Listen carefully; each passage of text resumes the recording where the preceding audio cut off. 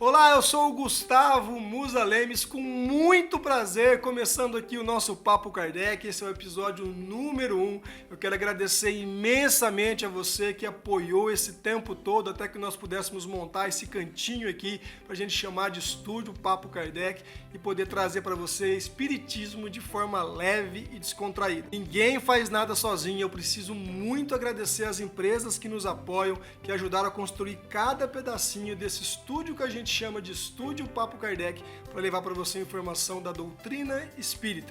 Quero agradecer também, claro, num canal espírita, eu quero agradecer aos espíritos que nos ajudam o tempo todo, que nos incentivam quando a gente fala, acho que não vai dar certo, acho que é melhor deixar isso para lá. Aí eles falam pra gente, não, vai lá, não desiste, monta o canal, põe no ar, vai dar certo, a gente vai ajudar. Eu tenho certeza que eles ajudaram e a gente está aqui hoje, beleza? Como todo bom canal de YouTube, eu preciso pedir para você coisas que eu sempre vi os outros youtubers fazendo, agora eu tô aqui eu fazendo. Se inscreve no canal, ativa o sininho, deixa o like. Isso é uma verdade, pessoal. Sem a sua inscrição, sem ativar o sininho e sem o seu like, a gente não tem combustível para ir à frente. Então a gente precisa muito que você se inscreva, que você deixe o seu like, para a gente ter fôlego para ir cada vez mais longe, tá bom? Tô contando com você.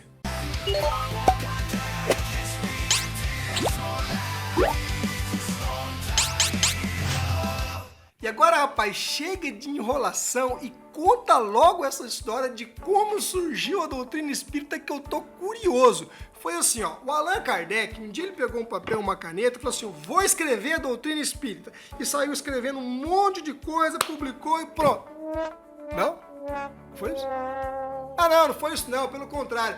É totalmente o oposto disso, ele nem queria. Exatamente, Kardec não queria escrever nada, não acreditava em nada, era cético, professor, cientista, pedagogo, entendia de astrologia, de um monte de coisa.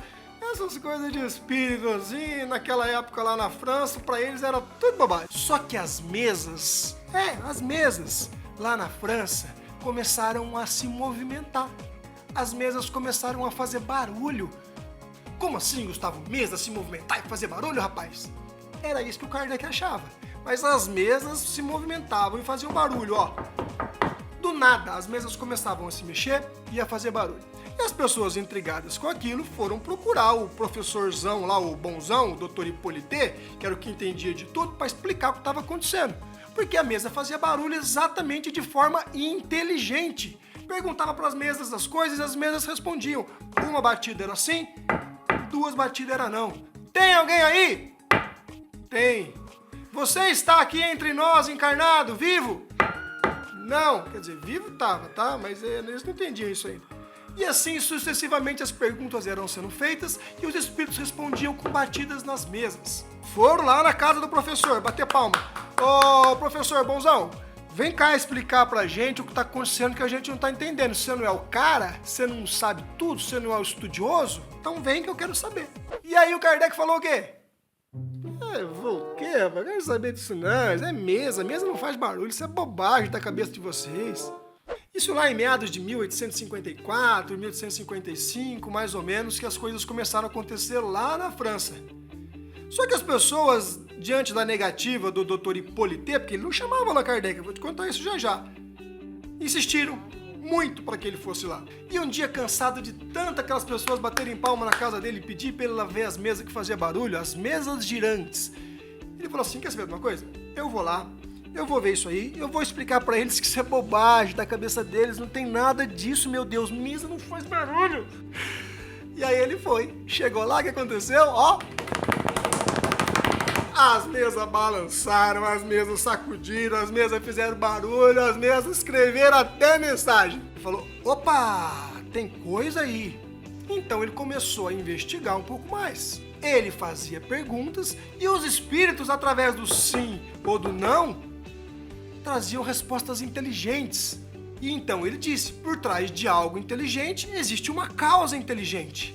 E começou a investigar mais e mais e mais, e médiums começaram a aparecer naquele momento trazendo mensagens. Ele falou, calma aí, vou fazer uma pergunta para você, você pergunta para o espírito. Então ele punha a pergunta no papel, o espírito respondia, a médium entregava para ele lia a resposta. Meu Deus! Mas, desconfiado que era, ele falava assim, e se essas meninas aí estiverem me enganando? Será que essa resposta é verdade mesmo? Então ele ficou sabendo que tinha mais médiums ao redor do mundo. Ele falou, já sei, vou fazer a mesma pergunta para ela e para vários outros médiums que estão em outros lugares do mundo, que nem se conhecem, que nunca se viram.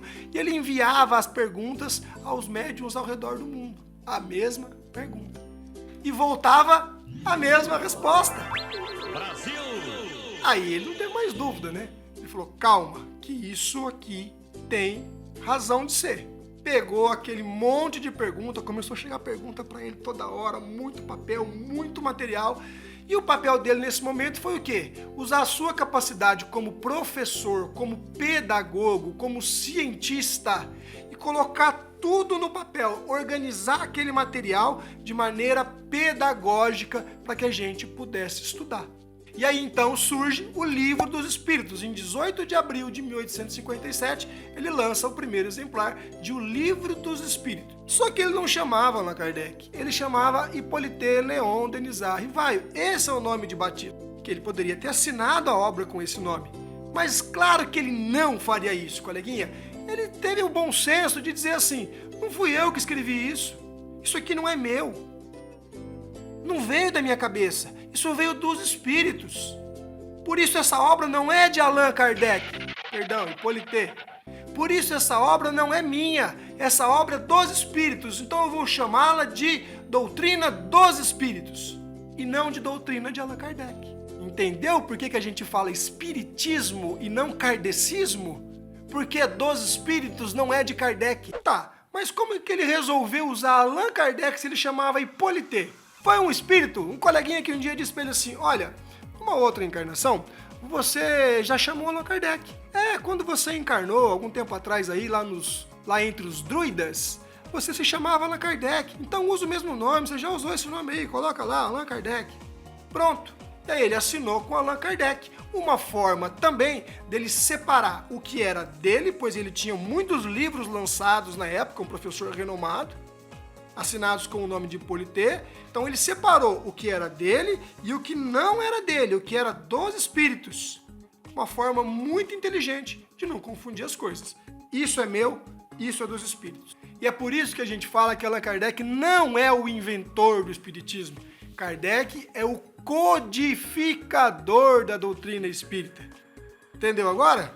Então fica aqui todo o nosso carinho, todo o nosso agradecimento ao Dr. Hippolyte, ao Allan Kardec, como a gente conhece, até prefere dizer, por todo o trabalho que ele teve, por toda a perseguição que ele sofreu, e ele suportou firme lá no seu trabalho de colocar tudo no papel para que a gente pudesse estudar. Sem dúvida, um espírito missionário que encarnou com essa missão de colocar no papel a boa nova, o consolador prometido por Jesus, para que nós pudéssemos estudar e entendêssemos que o modelo e guia para nós é Jesus Cristo. O espírita não segue Allan Kardec, o espírita segue Jesus Cristo.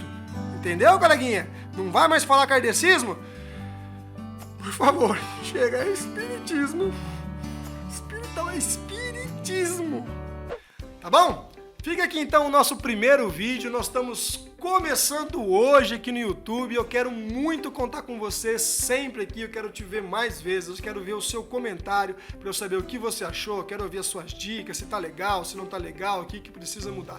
Tá bom? Nós estamos também lá no Instagram, Gustavo.espiritismo, trazendo vídeos diários. Eu sei que você quer ver vídeos mais aprofundados, a visão espírita do aborto, a visão espírita do suicídio, a visão espírita da cremação e assim por diante. Nós vamos falar tudo isso aqui. É que hoje é o primeiro vídeo, a gente sempre começa do começo, por isso que eu escolhi esse tema para abrir o primeiro vídeo.